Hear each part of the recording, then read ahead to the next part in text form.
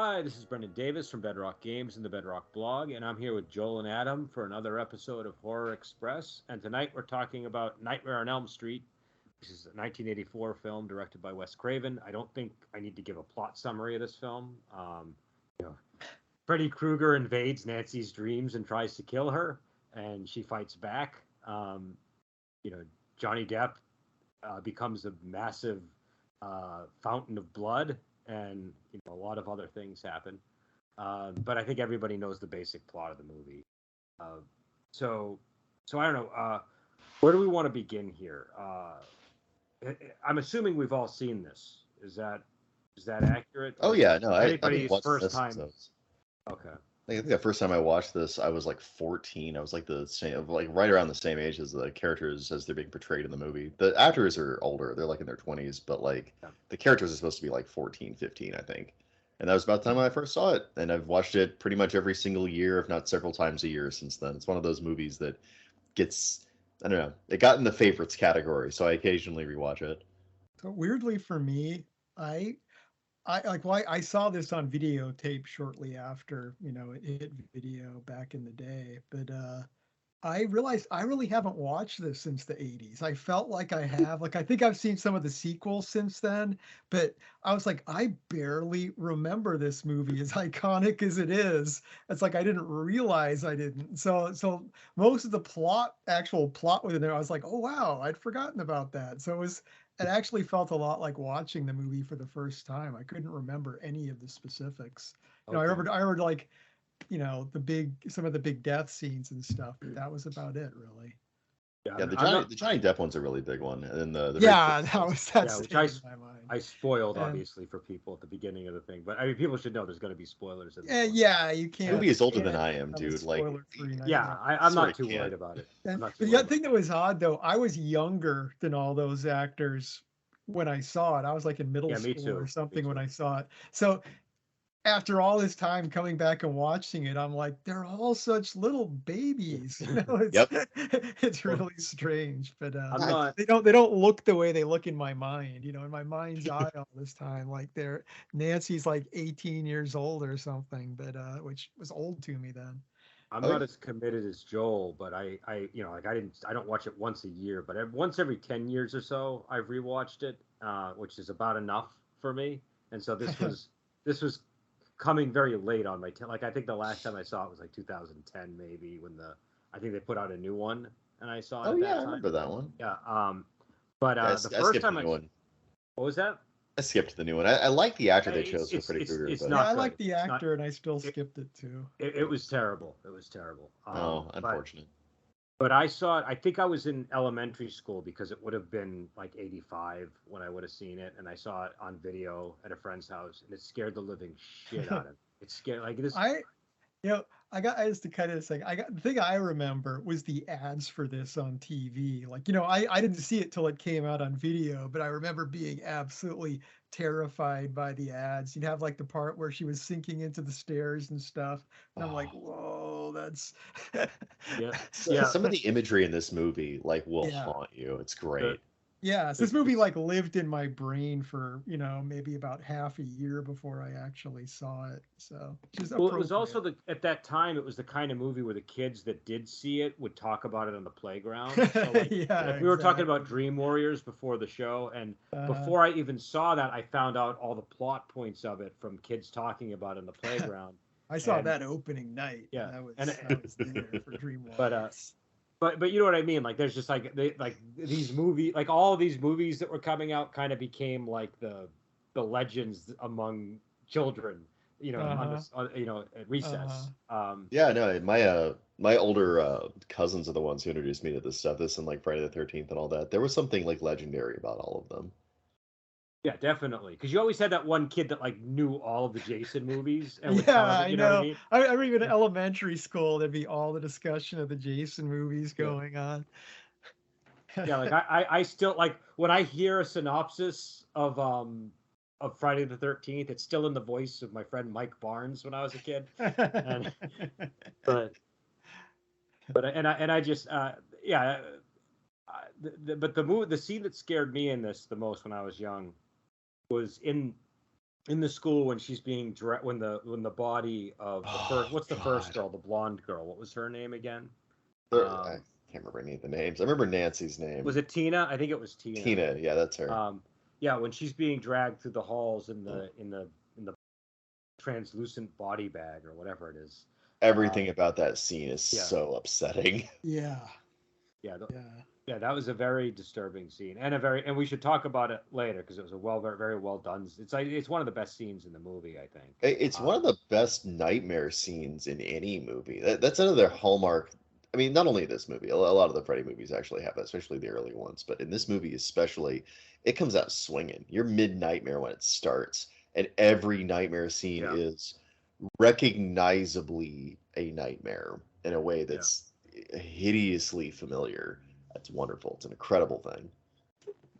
And it's also interesting because he kind of does the same thing that he did in Scream, but he does it a little bit more in a grounded way, where he kills off the character that you initially think is going to be the main character. Do you know what I mean? Yeah. Right. And she's even a blonde, like in Scream. And like in Psycho, Hitchcock did that too. Nancy certainly isn't like a classic main character. I wouldn't say. Well, I guess she is really. I don't know. She comes into her own through the movie. I like Nancy. She's one of my favorite final girls in. Oh man, Nancy's awesome in this movie. Yeah, she's a good character, definitely. She's resourceful and methodical and like really determined to kick Freddy's ass. It's really cool to like. She's a really heroic character. I love watching this film. She's heroic, but she's got like a bitchiness, like in a good way, not like in a bad way, but like this, like you know what I mean? Like there's a quality to her that's like grating and aggressive. Do you know what I mean? And I disagree, but okay. No, I think that because she sticks up for herself, and she she doesn't put up with BS. Do you know what I mean? She's for example, when her mom's she throws her mother's alcohol bottle on the ground and shatters it. Do you know what I mean? She doesn't put in any shit. Yeah, and when Johnny Depp falls asleep, she calls him out on it. Do you know what I mean? She's not like a meek character. That motherfucker need to learn how to stay awake, okay? Yeah. It cost him his life. But what I'm getting at is like she does not care what people think of her. Do you know what I mean? That's the part that I think I like about that. Yeah, I would say that she is just who she is, and that's it. And also I think that, and we were talking about this before the podcast, but like the actress, obviously she's not like the greatest actress in the world, but she's perfect for the role. And so it's one of those situations. It's kind of like I was thinking about like what to compare it to, and I think it's like an Arnold Schwarzenegger type situation where you're not going to give him an award for the acting, but you don't want anybody else in those roles. You know what I mean? He's something very likable about him. The triumph wasn't in the performance as much as it was in the initial casting, but it is a triumph nonetheless. Yeah. Now, Joel, you had a bone to pick though. An unusual bone to pick. Most people love Freddy. Now, I don't know if you were saying you didn't like Freddy across the whole series, but you had a criticism of him in this particular movie, or does that criticism apply to all? Honestly, I haven't seen the other Nightmare on Elm Streets in a long time. I'll have to rewatch them to completely revisit this opinion. But my opinion of him from this movie is that he's a weak point in the movie. I actually think he's goofy and too human as a threat. He's goofy in all of the movies. Like he gets goofier. He gets goofier as it goes on, from my recollection. And again, I think that's like leaning into something that's very not frightening about the character. In this movie, the best Freddy is whenever he's more archetypical and less human and less wacky. Whenever he's got the long nightmare arms, that's pretty good. Whenever he's like pushing through the wall and you can just see the outline of him about to kill Nancy, like that's really good. Whenever he's this invisible force cutting up Tina, that's good. But like that's when not doing a good job of understanding. Well, what I'm saying, I want to ease into this because there are good elements of Freddy, right? Okay. Like when he's just a distant voice, that's good. When Eglin's on screen and he's like doing his little caper and it is stupid like little hat and his baggy pants and his hobo shirt, that's not scary. Like I'm more scared of almost anyone. I'd be more scared of my own grandmother than Freddy Krueger. I like the fact that. Well, I'll let you finish. Oh, Adam, you should turn your volume up a little bit, but I think you're a little low. Crank it, Adam. We want this counterpoint to hurt. But my point is that like the imagery of the nightmares is terrifying and unearthly. It's scary and surreal, and it really draws you into the world the world of the film in an unsettling way. And it's a great strength of this movie. Everything that's really scary to me about this movie, and it is scary. It scared me today when I was watching it in the middle of the day. That's how scary it is to me, even having seen it every year, several times a year for decades. Still spooky because they got that so right. And every time Freddy was on the screen, I wasn't scared. I was completely grounded and unfrightened every single time because he gets hit in the chest with a hammer. They set him on fire. He's like the comedic foil to things that are actually scary in this movie, and it hurts the scares a lot for I'll me. let Adam respond because I think Adam had a. Yeah, you guys go nuts, but my estimation of this from this movie is that he's a goofy clown. He's just a dude. He's the classic monster in a rubber suit. I don't find him scary. I find everything else around him scary, but the personage of him is lame.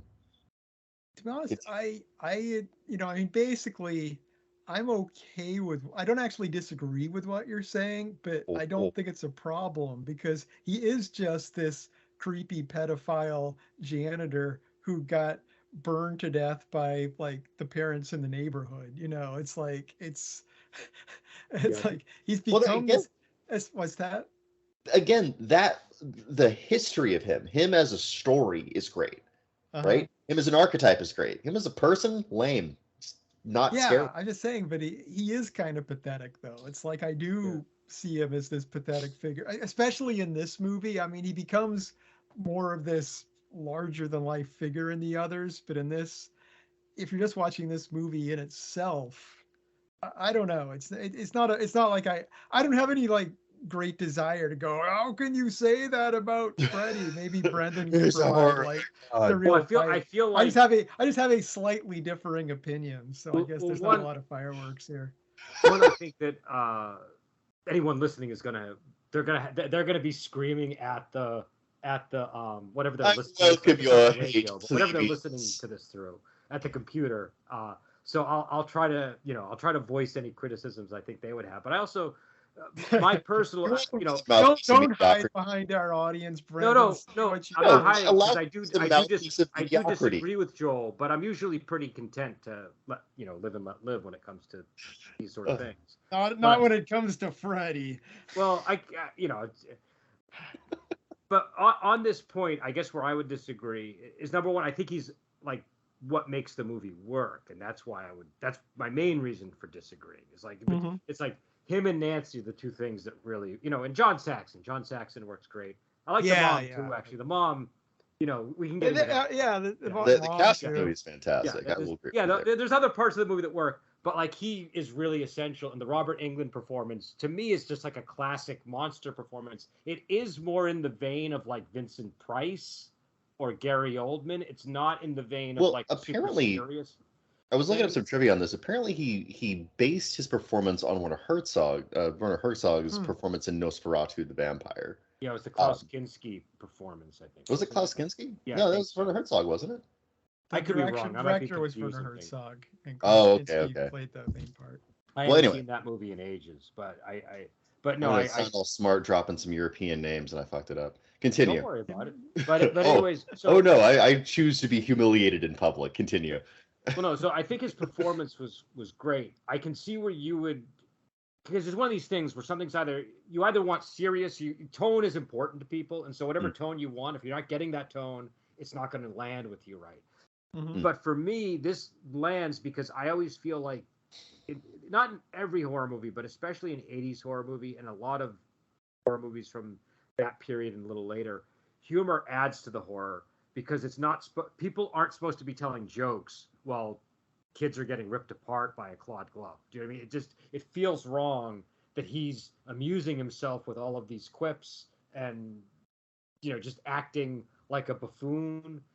It just, the contrast, it's sort of similar to how, like, for me, one of the most scary movies is Evil Dead 2. And it's because of the contrast between the humor and the horror. It is a scary movie, Evil Dead 2, and I think you're right. There's something about the comedy that strikes a very discordant note in that. Like, I think the moment callous. That is, well, it is. Yeah, there you go. It's callous, but it's also like it's the kind of laughter you hear from like Mad Men, you know, like that scene where all the different animals on the wall start like cackling and laughing at him. That's goofy, but it doesn't hit goofy. It's like scary and it's goofy. horrifying, you know? Yeah. I still remember the first time I watched that movie, and that scene just I didn't even it was like a movie I randomly turned on cable and was not prepared. Ooh, that movie. With no context, that'll rip your mind apart, dude. So, Joel, did you just increase your volume, or did my hearing just restore My volume is the same as it has been. Maybe it's all right. being So no, I just my ears must have cleared something, or I don't know. So well, that's good because I suddenly can hear you. I'm going to agree with you. I do want to give a point of agreement here between our opinions, Brendan. I do think this movie works because of Freddy Krueger. I think you need to put something kind of human at the center of all this nightmarish imagery to make it something that can be grappled with by the characters. There really can't be an arc for Nancy without Freddy Krueger. I understand structurally they needed someone, you know, and even though I think it's an unfortunate reality, I do think it is a reality that you couldn't have had Nightmare on Elm Street without something like a Freddy Krueger in the center of it. You could actually kind of, in some way, come to grips with as a human character. So I will agree with you that far. I still think he's a goofy clown, though.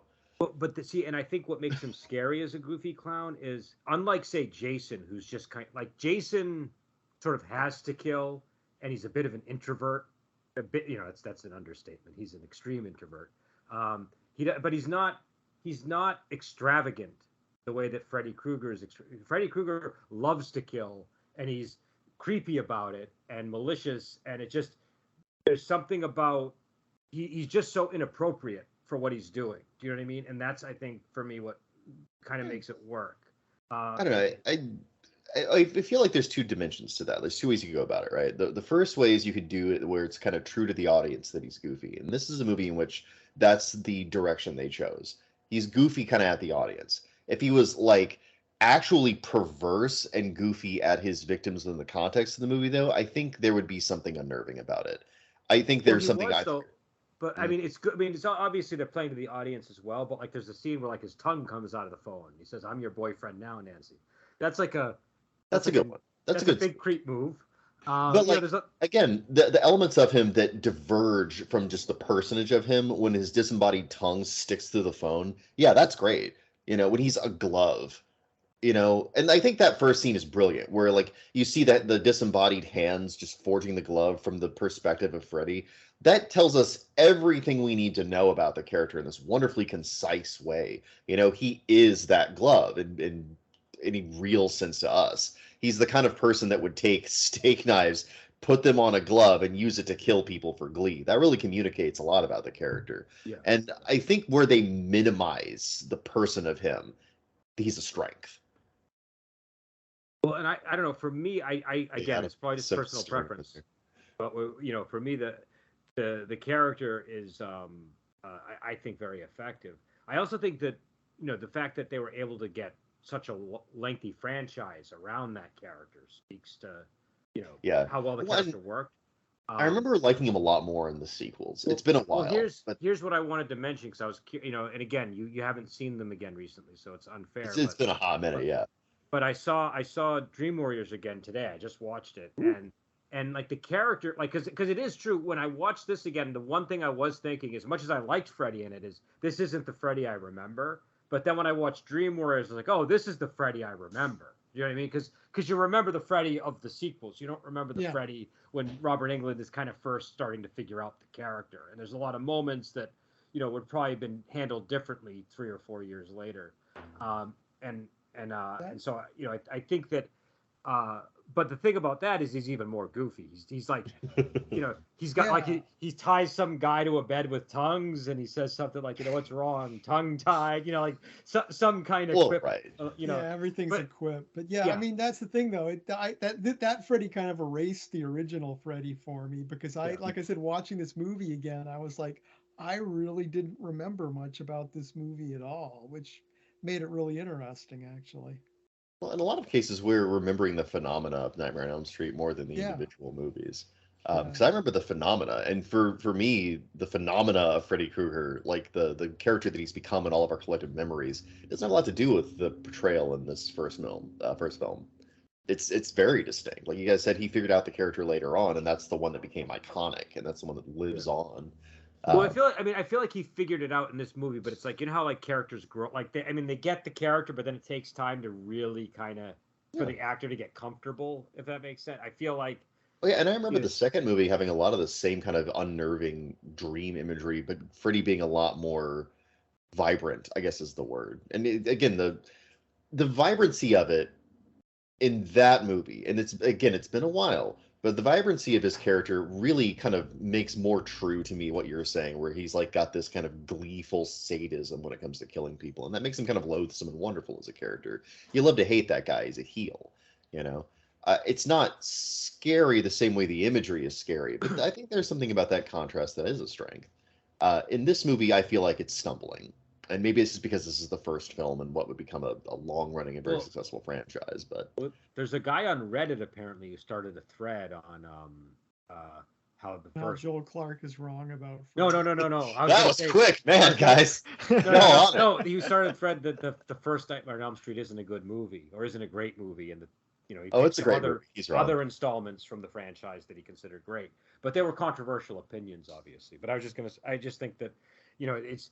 I tip my hat to Joel for taking a position that's certainly probably not going to be popular. You and I consistently disagree. It's one of the wonderful things about our personalities. But but normally I feel like it's reversed. Normally I'm taking the position that doesn't have like the masses behind it, and now I can feel the strength of the masses behind me. You now see the power of the people. I love Big Brother. But why don't we talk about Shakespeare? Because I know you had mentioned you wanted to get a little bit into that, and I had made a note even before, just because it's a really striking sequence where they're in the class and one of the students is reading Shakespeare and he's reading it in a normal voice, but then when they transition to the dream, his voice is all staggered and weird, and it just really works well. Whispery, and another wonderful thing about that scene, and let's dwell on that scene for a minute. It might be one of the greatest scenes ever put to film as far as just pure fright. It's so upsetting to watch that scene. Even now, I was watching that scene. I was alone in my house, and all the lights were out because I wanted it to be reasonably spooky. And so she's sitting there in class, and he's reading. You're kind of killing my atmosphere. I know. I apologize. Continue. Give me a second. I got to get back into my zone. But he's reading Shakespeare, and it's that Disasters in the Sunline. What is that from? It's like, what play is that from? I can't remember now. They said it was Julius Caesar, but I don't know. Okay, I think that's right. No, but that line sticks out in my mind because I was talking to you guys about it before the podcast. Like I'd read something Justin Alexander wrote about it, where he was like, "Oh, actually, it was probably disastered in the past tense." Which is an unusual way of characterizing the word disaster, but it's very Shakespearean. But the kid's reading that one, and it's interesting to me because that is one of those weird chunks of that play where a lot of people disagree on. Like it sticks out when you hear it. Disasters in the sun. It doesn't sound quiet. There's something like offbeat about it, which is unusual for the bard. Like Shakespeare really brings it when it comes to being really lyrical in the way he wrote. And that's one of like the only lines that's like historically disagreed upon as being like something kind of discordant. And it's great because he's reading that one and she nods off. And like you said, he's still reading it in the dream, but like the cadence is completely wrong. And he's like got this somnambulistic like body language and his eyes are blank and he's like whispering it in the Yeah. And and I was noticing this too, all the body language and all the like the little movements that made the scene so alive before are gone. All of the classmates are like stock still, like they're mannequins. And they're still living actors, and it's actually really unnerving when you notice that difference. And then she turns around and her friend is like dead in a body bag and like bloody and like talking to her in that same kind of whisper language, like right outside the door, and gets drug away by some invisible, mysterious force. and she goes down the hallway, and there's like these autumn leaves that are falling for some reason. That there's this blend of the outside and the inside that's impossible anywhere but a nightmare. And then she runs into a goofy hall monitor who's like, "You've got to have a pass," blah, blah, blah, blah, blah, and it wrecks the I entire don't know scene why, for but me. I always love that scene where she says, where she just the way she says it, and the way that she the way that she moves the glove and the look of the girl in the Freddy Krueger, it just works with the Freddy Krueger voice Disagree. on top of it. I don't know. I will say that it's one always of my amuses favorite me.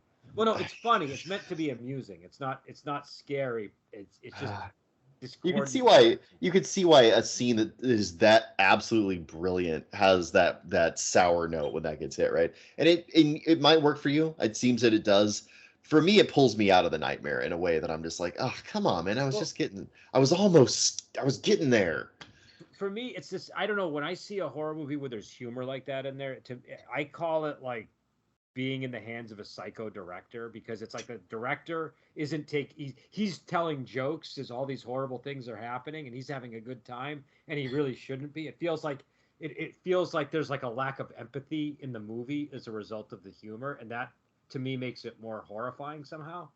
I will say this. There's a certain purity to that dream sequence that he disrupts. Yeah. And if the idea was that he was supposed to be this unnatural, anthropomorphized disruption, a ghost within the dream, that does work. There you go. That's what I'll say. It works. Satisfied. I don't like it, but that does work, right? On some level, like I'm aware now that something is discordant. I think if we can agree on the mechanics of it, but disagree on whether we like it, I think that's brilliant. I find myself having to agree on the mechanics, although I dislike that direction. Mostly because That's fine, because another director might have gone another way, and you might have preferred it going that way. You know what I mean? Oh yeah. Well, my preferences and how things go. But yeah. So okay, all right. I have to hand it to him. If the idea was to disrupt my unnerving dream sequence, then it worked. It did. And I will say, like, when she goes into the boiler room after that and confronts Freddy, that's kind of a wonderful spooky scene. And Freddy's in that scene. He like cuts himself and he's like all full of like maggots and gross slime. The ubiquitous 1980s green slime that was everywhere from there to the Ninja Turtles movie. And that was the scene too where they played like that weird drum beat, right? Was there a weird drum beat in the background when she's running away and they they show his hand? There's a weird shot of his hand going like that.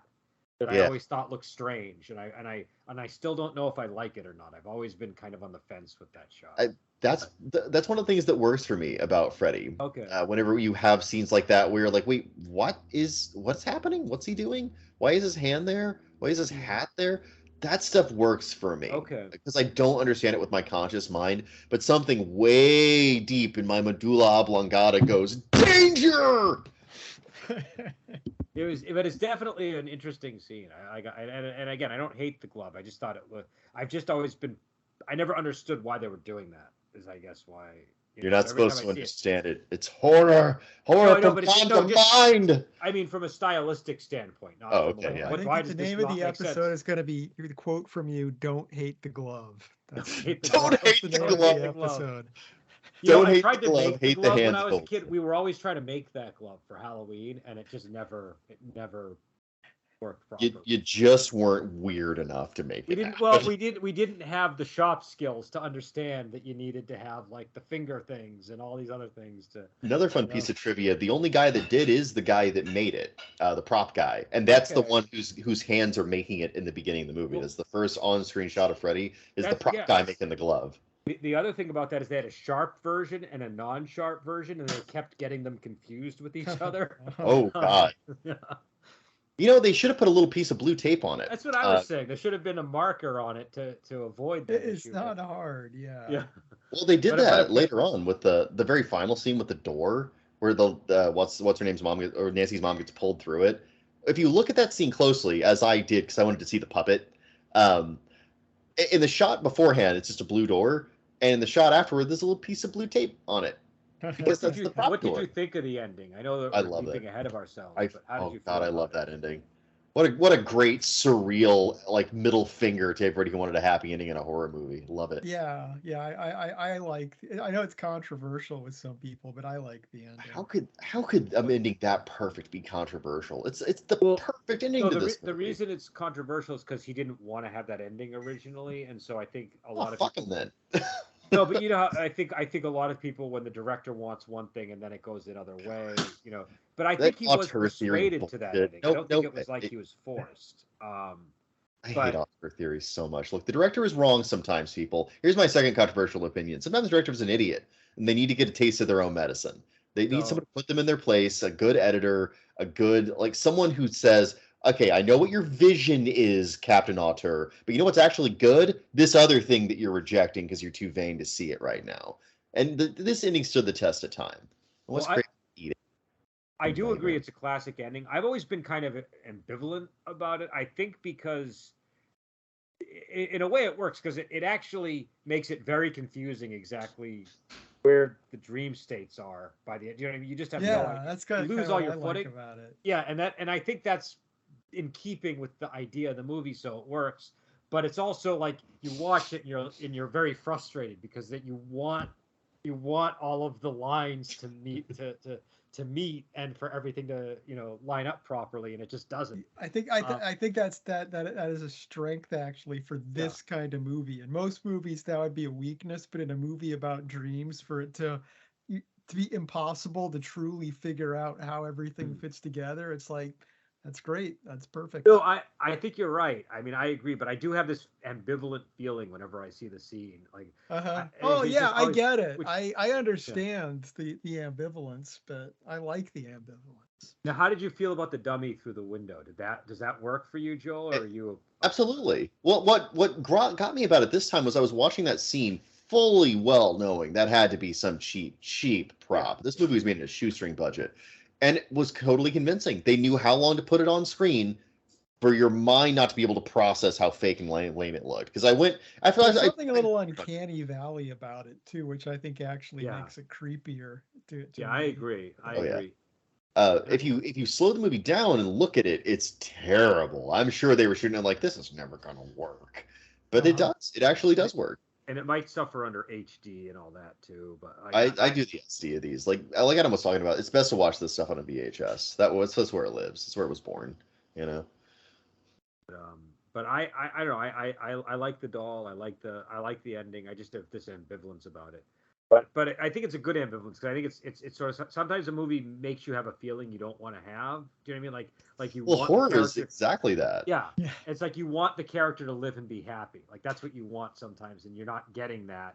And the frustration that you feel at the end as a result is a good frustration. Yeah, and you do get that with this movie because she is someone who really, really fights hard through the whole Yeah. Yeah. movie. It's like if anyone in a horror movie deserved to live and get away, it's her. But I mean, nope. in the sequels, she lives, doesn't she? Like, isn't Well, she she in the does Dream live. Warriors? And Yeah. and by the Like, way, If the you word consider the sequel, yeah. But a lot of times when I watch the first movie, I just pretend the sequels don't exist because probably for the best. it's not like they were plotting 3 movies ahead with this franchise. the word I was looking for her character was gumption. That's my note. Ooh, Nancy's got gumption. gumption.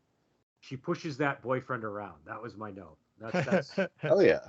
No, and I like that they tee up everything that happens in the movie. They tee up those girls, the weird dream girls doing the creepy "Freddy's Coming for You" song.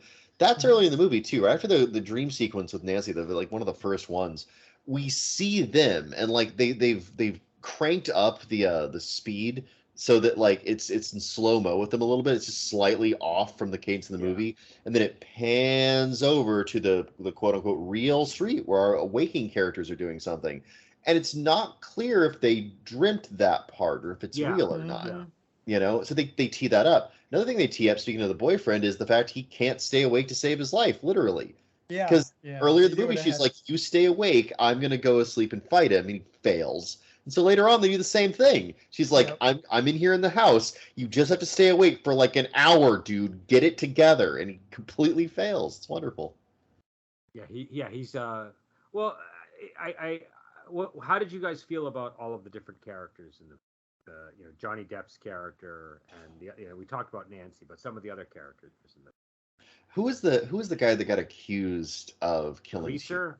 Yeah, what was his name? I don't remember his name. I don't remember his name. Hold on. But I loved the actor they got to play him. I loved his performance, and I loved the character. I really liked all. The casting was triumphant in this movie, and there's so many subtle things. The movie is really smart and efficient with its screenwriting, and it trusts the actors, and it's wise to put its trust in the actors because this is a fantastic cast. And like all the adults, I never realized it in earlier viewings of this movie. They're all carrying around trauma and dealing with it in different ways from what they did. That's what's so great about the backstory of this. That this has one of the best. Well, we'll get into that. But because I don't want to deviate from the character discussion. Yeah, as a middle schooler watching this, I didn't really appreciate that aspect of it. Watching it as an adult, it's like, wow, everyone in this movie is shell-shocked. Yeah, in fact, why don't we address that, and then we'll get back to characters. Yeah, because all their relationships are ruined. They're all divorced. They're alcoholics. They're control freaks. And when you first watch, especially as a kid, you're like, those adults, they just don't understand. Then when you're in your 30s, especially if you are a parent, you're like, oh no, I get it, guys. You know, it's okay. You can drink a little. It's okay. Yeah. I feel you. Watching this again was like watching E.T. again as an adult and going, oh man, what the fuck's going on with the mom here? But yeah, and you're like, ooh. But like, they don't just murder a guy, like they straight up like extrajudiciously execute that guy in like this war crime level away.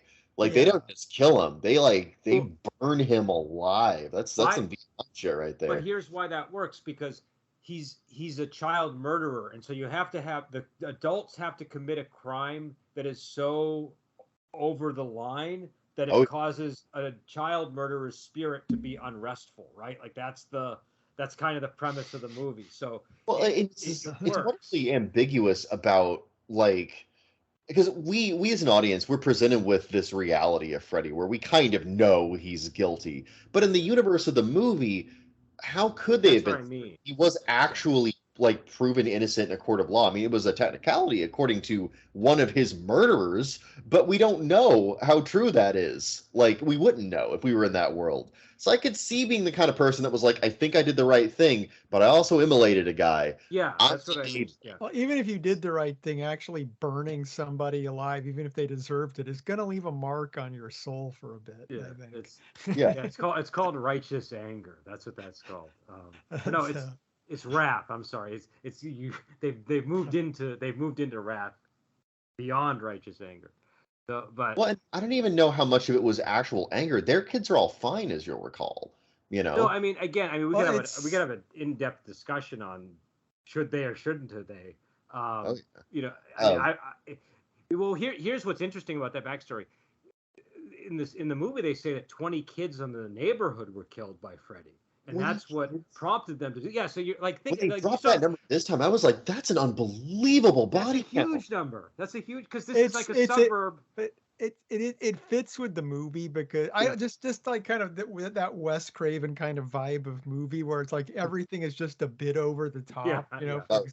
This is a story, like you said. This is a movie that someone's going to go to school and tell all the other kids about, and that's exactly the kind of details they would do. And guess what? Freddy killed 20 kids on this one street, and everyone's like, whoa. Well, so that's perfect movie writing in my opinion. But I love that the parents all got like that. Just the way that she goes to the basement and the mom pulls out the glove. It's like we all know the story now, but it's really like I remember how much of a surprise it was that like not only was this her mom know who Freddy is, her mom killed Freddy. Like all the parents on the street have murdered this guy and they don't want to tell the kids anything about it. So and the overprotectiveness of all the parents makes a lot more sense when you think about it. Like they know how bad the world can be. And they're the kind of people that made the decision to do something way over the line, as you put it, to protect their kids. So that's just their personality. They set that down years before we meet them as characters. And it's brilliant that it plays so differently to young people and old people because we're introduced to the characters as the kids would be introduced to them. They don't know that backstory about their parents. They just know that, their parents are really strict. But when you're a grown up and you see it, you're like, oh, I could, and it's not like I would make that decision. I don't know what I would do. but like I understand what it would mean for me as a person if I made that decision now, because I'm a grown man and I have kids of my own. And I know that if I was sealing the door and lighting a guy on fire, like I understand the kind of person I'd have to be inside and what that would do to me in the long term. So it's I don't think genius any writing. normal people are not going to come out of that situation. I think the Nope. way they came in, and again, that's why the mom's drinking. It makes a lot of sense, but it's Yep. also That's why the marriage failing makes sense. Like it all kind of all the little pieces fit together in this wonderful and comprehensive way. It's when I call it ingenious, like there's so much depth to that. Like what a brilliantly realized little screenplay. 90 minutes this film is. 90 minutes they conveyed all that. Yeah, considering like the movies are reviewed like The Unnameable, where it was like they just squandered like an hour and a half of your life with like people walking from room to room and all Yeah. the stuff they managed to pack into this movie. It is kind of amazing. yeah. I thought the mom was an amazing character. Actually, Oh, there's she's something great. there's something off about her. Like the acting is like over the top soap opera. I think I don't know what I would Yeah, classify it as, but it's not well, normal. the thing is, the Uh, acting in this is perfect in a lot of cases. Like, Mm. Johnny Depp's performance, watching this movie, there's no clue that he's going to be like one of the Yeah. biggest stars in the world. But he came in and did a tone perfect 80s horror movie, teenage boyfriend performance. And Yeah. like, he did exactly what the movie required. So, But the mom went a little bit above what, like it feels like she's kind of in her own lane a little bit. You know what I mean? Like yeah. she's not like she's almost like a character from another franchise in this in a way. She But- feels but it I don't know works. about that. But she it's, feels a little bit like a Twin Peaks actress. Yeah, now that I'm yeah. that's true. But Twin Peaks feels like an 80s TV show. So there you does. go. That's kind of what it's riffing off got of. kind of a soap But opera to energy. me, she stands out in a good way. Like there's and I think it's important because she's the one that, like, her relationship with Nancy is kind of the most important relationship in the movie in a lot of ways. Yeah. But just the I don't know, just the way she behaves, just the fact that she is like an alcoholic, and that's like I don't know, it's like a crucial detail for Nancy's character as well. But yeah, I just the mom, it's like a borderline, like there's an edge of humor to it that works for me. In the way that the mom is presented. I also like the scene. There's a lot of little things in this movie that, like, I think if you're hyper analytical and over specific, they would fail for you. But I think they work really well in movie logic. Like going back to the 20 kids body count. That's a little unrealistic, right? It's just the it's just that the would be the far whole right. block. That there's like my block. I don't think even has 20 kids. Yeah, So for like a neighborhood that to lose be 20 innocent. kids is like unbelievable. But Well, yeah, that'd be like a national tragedy. Like everyone would know about that. There's no way that guy get up to technicality. Like because someone would have shot him. well, but that's what happened in the movie. That's like that's he got off on a technicality, and so they took the law into their own hands. Right. And there was an instance of I know there was a famous case in Florida where a kid was molested by like a karate teacher or something, and when they were taking the karate teacher to like trial or something on a plane, the father was at the airport on a payphone, and this was all caught on camera. He turns around as the guy's getting brought out, and he shoots the guy. And I don't think anything really happened to him. I think he was. One of those slap on the wrist scenarios. Yeah. That scans. Well, I mean that's kind of what this was. This is sort of like that, but magnified. Oh God! I literally just at this moment realized the reason they got away with it because one of the parents was a cop. That's actually Well, he's like the sheriff, dude. That's why they got away with it. Oh my God! Do we know that he was a cop when that happened, or was that? Well, he definitely got into law enforcement afterwards, so he probably had some pull beforehand. Honestly, you know what? God damn it, this movie's ingenious. I really like John frustrating. Saxon in this movie. I think he was. It's nice having. It's nice having like one like great venerable actor in the movie when it's most of the casting isn't that. Yeah, it is. But the I mean, as far as you talking about the cleverness of the twist and everything, it is a good rule to remember if you're going to have a twist reveal, like the parents killed Freddy, and that's where Freddy comes from. Yeah. You want to have all these little clues that when people watch it a second time, you're like, oh, okay. So you could do that and have it just come out of nowhere, but then it just feels random. It's like, oh, okay, the mom's a killer. What? Right. If you don't lay the groundwork, it feels lazy. This movie's Yeah. smart in terms of laying the groundwork with Yeah. everything. Like even like the last little scene where she's doing the tricks and traps, and like a couple scenes earlier, she's reading a self-defense book about how to do home defense. You know, I don't know how realistic a tripwire explosion trap is for home defense. I feel like that might be counterproductive, but it did work in defense of that book. So. Well, and she was using a manual, which I thought, if she was sometimes in these movies, the kids just do those kind of traps on their own, and it's like, wait, how do they know how to do it? But they at least established that she got a manual of some kind, which I appreciate. Studious, went to the library and did it. Another thing that I'm losing my train of thought here. It's just kind of late over here too. But like another thing that was kind of on the far side of believability was when the sleep doctor was talking about how dreams are made up body magic mumbo jumbo. Yeah, that stuck out to me. I'm like, wait, no, they're not. We understand chemically and psychologically what dreams are. Even then, we did. Did we? I have no idea. But... Well, I mean, we certainly wouldn't have a scientist call them made up body magic mumbo jumbo. Like, come on, this is really your science, dude. You're gonna dress that up. You're not gonna admit that it's magic. That actor bothers me, but also captivates me for some reason, because I feel like whenever I watch that scene, I feel like he's trying to remember his lines. I don't know if that's the case, but that's just the impression I get. It looks like he's trying to remember his lines to me, and there's just something that's like odd about the performance. I'm not skilled enough to know. Right. Do you know what I mean? It just looks. Yeah, he does come off like that. I didn't think about it, but he does. Because you're right, there's something a little off about him. Yeah, it's like he's pausing too much. It's like you can, when you can see somebody thinking with their eyes, it sort of looks like that. Like he's like trying to remember the line or something. So is he as an actor, or is he just someone who got a cameo that was like a friend of Wes Craven? I have no idea. Well, this is a shoestring budget. Maybe he was an actor who chose to look like a doctor who was taking his time to pick the right word or something, but it failed miserably. Yeah. You gotta take risks as an actor. That's true. It's true. Yeah, there was just something weird about his delivery too. But... It was a little off. There's a lot of that in this movie, though, and again, I think that ultimately it all works to the movie's advantage, because the uncertainty we have as audience members about what's real and what isn't real is a very important part of the horror of this movie. Yeah, I agree.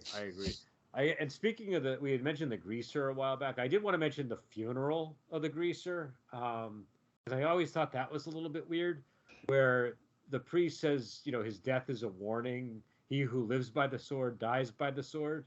And then he goes on to say, like, we also say, don't judge lest ye be judged. But that just seemed like an odd thing to say to people at a funeral. Like, well, his grieving parents are there. Yeah, like, dude, dial it back. Save it for Sunday. And granted, I've never been to the funeral of a person accused of murder, so like maybe things are different when that happens. But I don't think I've ever been to a funeral where the priest or whoever is officiating it said, admonish the crowd for being related to a person who did something terrible. Yeah, again, it's kind of just on the other side of believability, and I'm speculating that a lot of those decisions, and some of this is just Wes Craven's fingerprints, but I speculate a lot of those decisions are to give us as an audience a sense of vague unreality to permeate the whole thing. Yeah, I think a bit of both there. So, I mean, it is just Wes Craven does like to be a little over the top, and you're right. It does. New Nightmare. So yeah, but you're right. It does help give that unreality sense to have that kind of tone. Well, and our portal into this world is Nancy, and she misses the entire week of sleep over which this film takes place. So some of this is her mind just kind of like dipping in and out of unconsciousness. Speaking of which, how did the mom not smell that pot of coffee that she was brewing? Man, it might not, I was like the only one who'd noticed that. But yeah, like only the most recognizable, unmistakable odor in the world. The only thing I can figure is that her whole house stank of coffee at that point. It'd just been constantly on, and she's like, maybe she was too much of a lush to notice. She might have been a couple sheets to the wind at that point. So drunk, she just didn't. All I can smell is my own gin. Yeah, like. But, yeah, I also have to say that the guy who played Johnny Depp's dad, that was like the most convincing dad performance I've ever seen in him. Like he looked like a real world dad to me, in that, especially when he was on the phone with her. Yeah, that phone scene was great. I love that it. Stuff. Stuck the landing, Dad. Good job. But also another little piece of trivia when she gets the gray streak in her hair and she looks in the mirror and says like, my God, I look 20 years old or something to that effect. I think she was actually 20 years old when she filmed was. the movie, so it was like I think it was like an inside, yeah. Yeah. But yeah, so I don't know. Any other thoughts? I think we've got about 50 minutes. Oh yeah, no, we're getting there. This is one of my favorite all-time films, and if someone listening hasn't seen it, man, do yourself a favor. Go in a nice, quiet, dark place, and watch this movie. It's wonderfully unnerving. I saw this as a kid. I was like 13 or 14. I might have even been younger, and I was terrified to go to sleep because I thought that the dreams would kill me. And what an irreplaceably, wonderfully, and spooky experience. It scarred me for life, no doubt. Um, so a high recommendation for this movie. It's intelligent, it's eerie, and it's beautiful as a film. Like the nightmare sequences are like works of art. They're like nothing else committed to film beforehand. It's very surreal. It's very surreal. And even though I don't like Freddy Krueger as a character in this movie, I do like the performance. I think that there's a lot of spookiness surrounding the character, and like this is a great entrance in what would become a legendary horror franchise. So do yourself a favor, go watch Nightmare on Elm Street, not the 2010 one. You can avoid that. It was good watching this after all that time. Like I said, I barely remember it, so it felt like watching it for the first time again. I mean, it's just a really fun plot. You've got a really interesting main character who's extremely active and interesting to watch. It's a good cast overall. I had absolutely no problems with this movie that I can complain about. I mean, it just deserves its status as a classic, and that's really it. Yeah, I it's a really good movie. It's unique among slasher films from that era. Like Freddy looks different than most other He's not this big husky guy. He's got a wit about him. He just has more of like an adept style of conversation. Most slasher bad guys don't even speak at all, or if they do, it's not it's nothing near what Freddy does. But physically he looks different, and also it's got a unique premise. It's just not it's not simply a guy going around murdering teenagers with a knife. He's a guy going into their dreams, which is really cool concept, and makes it stand out, I think, from that period that were in the same genre. But I also just think it's a really good standalone movie.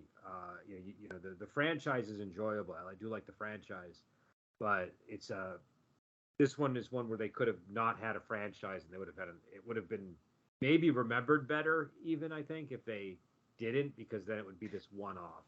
Yeah, you kind of achieve burnout with Freddy, at that point. So I mean, this is a film that like saved the production company, right? So like, oh yeah, of course they made a million of them. Well, it became the Freddy show after this. It became the Freddy show. Well, there literally was a show too, like the anthology Freddy's Nightmares show. That was one of the worst anthology shows of the 80s. Well, and then there was also the Friday the 13th show, which I don't even think had Jason, if I remember. Well, that show was actually kind of entertaining. It wasn't even really related. They kind of like stuck the name on it, but it was these people kind of retrieving these artifacts cursed by hell, and every week they'd go after a different artifact. It's like the difference between the two Ghostbusters movies, like the really old Ghostbusters movie. Yeah, exactly. So it was barely the same thing, but that show was what I kind of enjoyed. I remember that having some really solid scary episodes. But yeah, no, I used to watch that show. I enjoyed it. Oh, okay.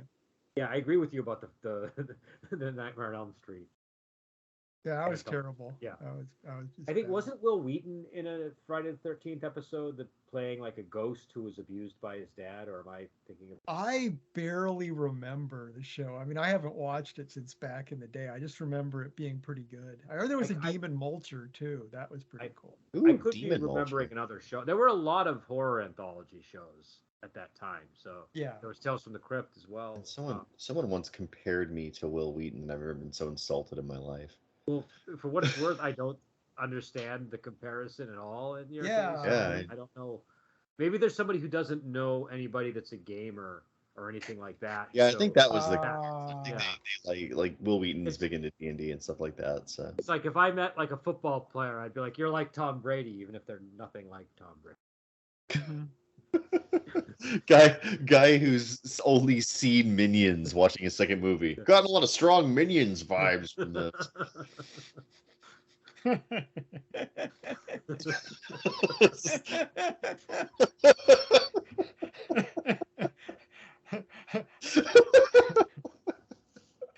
we got it channel where he explains how every movie compares to Minions. Yep, But, it's all about the frame of reference, folks. All right, I think that's everything I have to say for right now about Nightmare on Elm Street. Go watch it, you cretins.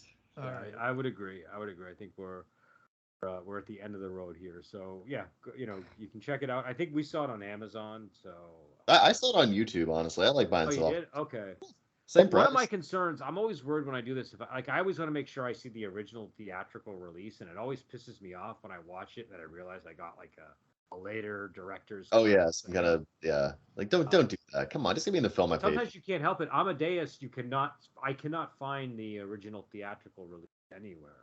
Oh really? And the director's cut sucks. So I don't it's just longer, but it's worse. So.